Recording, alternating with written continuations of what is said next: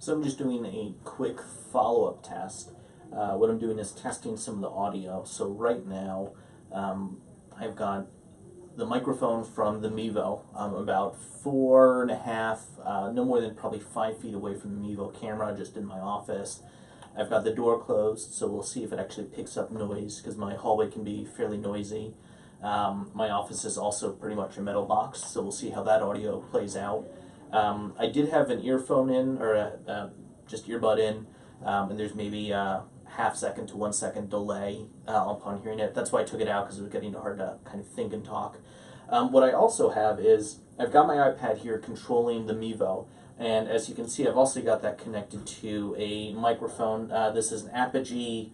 I forgot the name of this one, and if I can, I'll post it in the comments or in my description. That's connected via a lightning cable. So I know Mevo added that into the app in a recent update, at least within the past 2 weeks. I forgot the date of the update, but that's one that's been added in. When I was playing with the settings before turning it on and starting to record, I was jumping between the two, and it sounded like it was picking it up well. The problem was my headphones have a little microphone cable on them, just the standard ones that come with an iPhone. And what ended up happening, I think, is that the Mevo defaulted to this one, even though the Lightning was connected in. So when I took the headphones out, I could tell that it was picking up from that microphone, the Lightning connected one. But when I test that, I'll have to take this out, and I won't be able to kind of monitor audio levels while that's going on. So I'm going to unplug my headphones. So we still should be recording. And it just said output muted to avoid feedback was what came on the information screen. That's fine. So it's probably just not doing speakers from here. Makes total sense to me. What I'm going to do is just go and switch settings real quick. So we're on the Mevo now. I'm switching to the iPhone, which should be connecting through this microphone. So I'm going to tap on it, so I apologize if it kind of sounds loudly.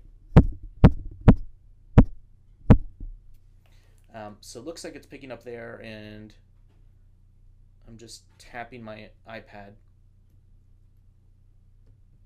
Yeah, if we're connected to the iPad, it would have picked up this tap, because I'm tapping at least where the speakers are and where the microphone ports are, which I'm pretty sure top left or top right of the iPad.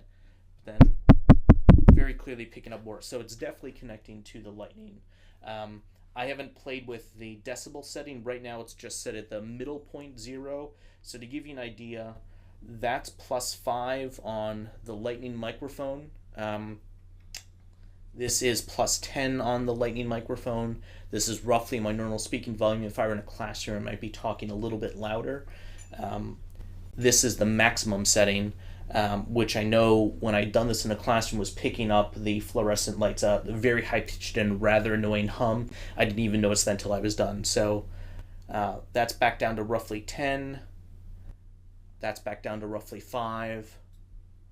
And that's back down to kind of 0, roughly the default one. I'm going to switch back to the Mevo. So I'm back to the Mevo microphone. This is at 25. This is 20 on the Mevo microphone. This is 15 on the microphone on the bottom slider.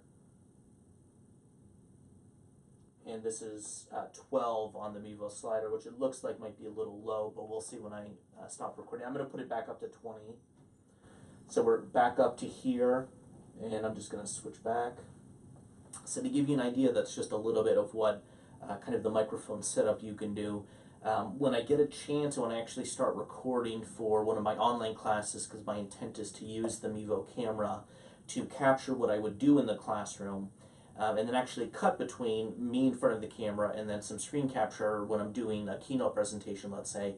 I think that might be a little more dynamic for online classes. I know I really don't like to sit through presentations or online class material where it's just a PowerPoint or keynote slide and it's narrated by kind of a nebulous, disembodied voice. I'd rather be able to see the person a little bit. I think that adds some dynamic to an online class. So I want to try to do that for the next online class I develop, and I'll kind of report back with what that looks like, and maybe even a video of how I end up doing what I do for those online classes, switching between the Mevo camera and the video that it's capturing, but then also some of my course content that I'll have on my computer, and hopefully that'll be a richer experience for students. So I'll hopefully post a video of how I go through that process and what that ends up looking like, but hopefully this is at least helpful for people who might be using this in a classroom setting or some sort of similar setting to how I might be using it.